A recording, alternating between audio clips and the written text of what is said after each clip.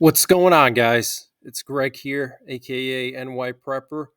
It is Tuesday, September 5th, 2023, and I have an emergency alert to share with you guys. Right now it is 12:35 p.m. Eastern Time here in the United States. I hope everybody had a great Labor Day weekend, but we have a lot of stuff going on today. So right now we have a presidential doomsday plane in the air over Missouri and Iowa getting aerially refueled, doing loops along the Iowa Missouri state line. We also have a nuke sniffer plane in the air doing loops over Nebraska. And we also have a nuclear war command and control plane doing loops over Kansas. Okay. So something is going on. We had 18 emergency action messages so far today, which is a lot considering the day is about halfway through. And last night there was a flurry of emergency action messages. There were 16 in a 2 hour time span. Now, if you don't know what an emergency action message is, it's basically a nuclear attack option that is broadcasted to our ballistic missile submarines and also to our bombers if they're airborne. And these are transmitted through either high frequency in peacetime or VLF during wartime. So this is very concerning, guys. Okay, to have a presidential doomsday plane in the air right now, okay, doing loops over Iowa and Missouri, getting aerially refueled, that is not normal, okay? Considering the fact that for the past month, these doomsday planes have been in the air almost every day, okay? And also a nuke sniffer plane as well. A nuke sniffer plane is designed to detect radiation in the atmosphere. It's known as the Constant Phoenix, and then a nuclear war command and control plane all in the air at the same time, guys. I can't stress to you how unusual that is. And in addition to that, all of the nuclear attack options being broadcasted the last 12 to 24 hours is very, very concerning. Now, I'll get more into that in a minute, but I want to just share with you guys some more concerning information. We have Tropical Depression 13 that just formed, and the National Hurricane Center is predicting that this depression will turn into a major hurricane by this coming Sunday, okay, with wind speeds of 140 miles per hour just to the north of Puerto Rico. And here's the latest forecast cone from the National Hurricane Center. And you can see that they have this depression going directly towards Florida and the southeastern U.S. Now, imagine if this hurricane makes landfall on Florida. They just had a hurricane a week ago, and now they may get a second one. So this is very concerning, guys. Okay, very, very concerning. Let me just read to you the latest information from the National Hurricane Center, but they have 140 mile per hour sustained winds by Sunday. Okay, this coming Sunday. The environment around the depression appears to be conducive for strengthening. The only obvious hindering factor is light to moderate northeasterly shear, which should keep the intensification rate in check in the short term. However, in 2 to 3 days, this shear is forecast to relax with an upper level ridge building near the cyclone, and the system should be moving over record warm waters of near 30 degrees Celsius east of the Lesser Antilles. These factors could support rapid intensification by the end of next week. Or I'm sorry, by the end of the week. Too early to determine exactly when this might occur until a better defined inner core forms. The National Hurricane Center intensity forecast is extremely bullish for a first forecast, but remarkably lies below the intensity consensus. All indications are that the depression will become a strong hurricane by the end of the forecast period. So the National Hurricane Center is actually below what a lot of the models are saying. So they're saying that uh, their forecast is below what the intensity consensus is. Okay. So they have models that are showing maybe 150-mile-per-hour winds or 160 even, who knows. Okay, but they're going below what the consensus says. So this is very concerning, guys. So I'm going to monitor this for you guys and keep you updated. I want to get back to these doomsday planes here. This is very, very concerning. A lot of emergency action messages. Let me show you guys here up close. This is the presidential doomsday plane uh, in the air right now as of 12:41 p.m. Eastern time, getting aerially refueled over the Iowa-Missouri state line, just doing loops here. Okay, this is not normal. Okay, I don't care what anybody says. I know I get all these different emails from people saying that they were in the military and they know everything and blah blah blah. This is not normal. Okay, and here we have two aerial refuelers that were doing loops right off of Long Island here. This was earlier this morning, and I don't know what they were doing, but they were flying in perfect like loops here or circles, whatever you want to call it. And then they went back to Maine. They came from Maine, did these loops here, and then came back to Maine. Very strange. Not sure what's going on over there. If there's some kind of aircraft that has its transponder off, and we can't see it. I don't know. And just want to show you guys the emergency action messages from last night. And this is coming from Neat Intelligence. If you want to follow emergency action messages, check out Neat Intelligence on Twitter. Um, Look at all these messages here, guys. I mean, 16 of them in just a 2-hour time span. This was late last night.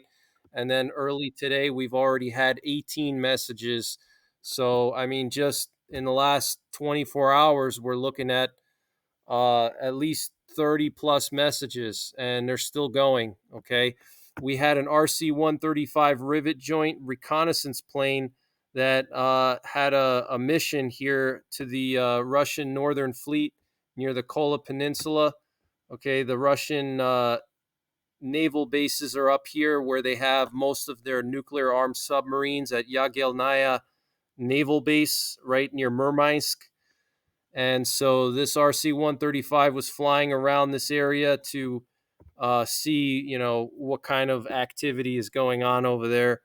And this is a reconnaissance plane, and it looks like it might have gotten aerially refueled over here just off of the coast of Norway. And here we have a sub hunter plane, a P-8 Poseidon, that was patrolling the Baltic Sea near Poland and Lithuania, Kaliningrad area. And, obviously Russia has a little piece of land here between Lithuania and Poland, and they have their Baltic fleet here.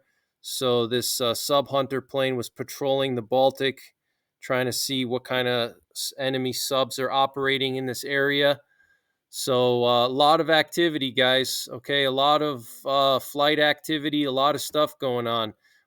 We also had a combat scent plane fly from Crete to Iraq last night. Okay, and these planes are specifically made for giving information to the president and all the top generals of our military here in the US. Okay, there's only two of these planes, and if they have one in the air, that means something is serious.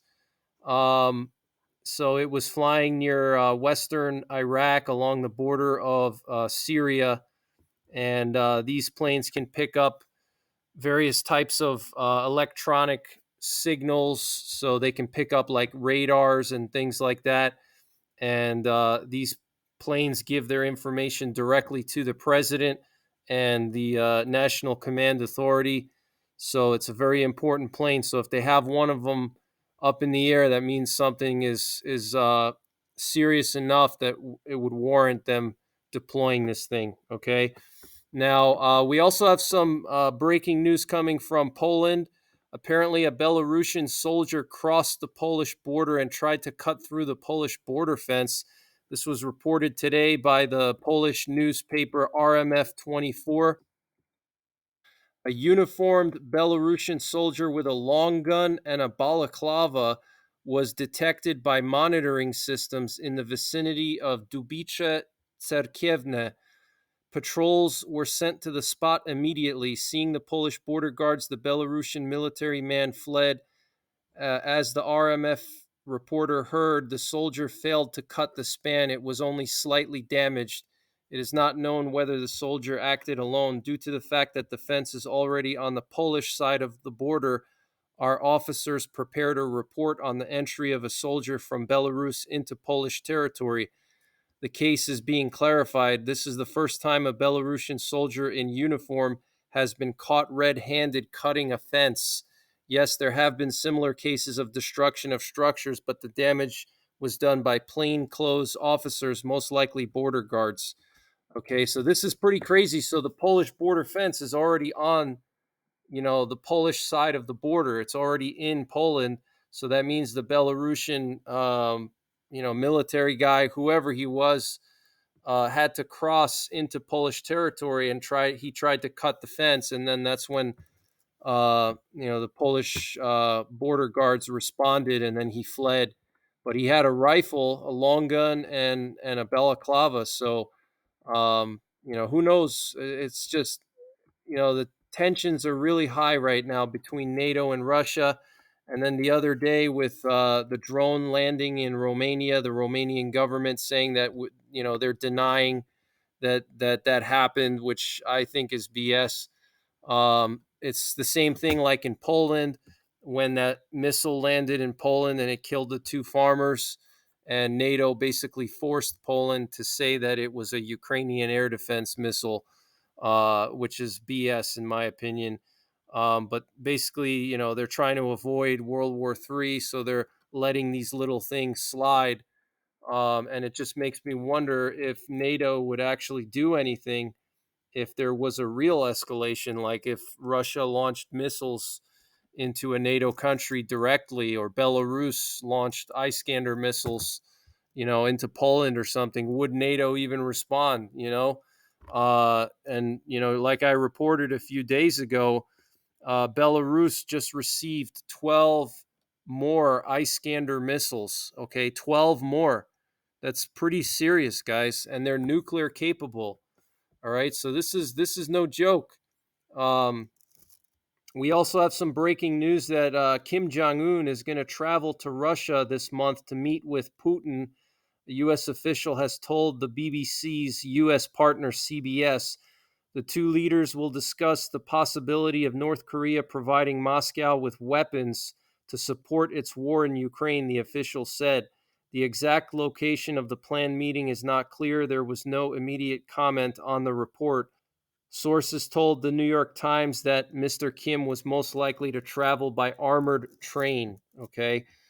We also have some interesting information that the U.S. is going to be doing some kind of a test this year of a new cruise missile defense system for all of our cities here in the U.S.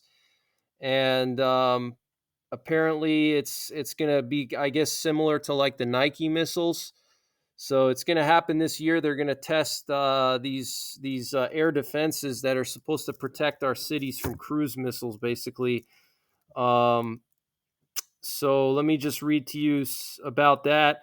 I need a domestic cruise missile defense system yesterday, candidly, says General Glenn Van Herk, commander of NORAD and head of U.S. NORCOM, who is responsible for protecting the U.S. and Canada against such weapons.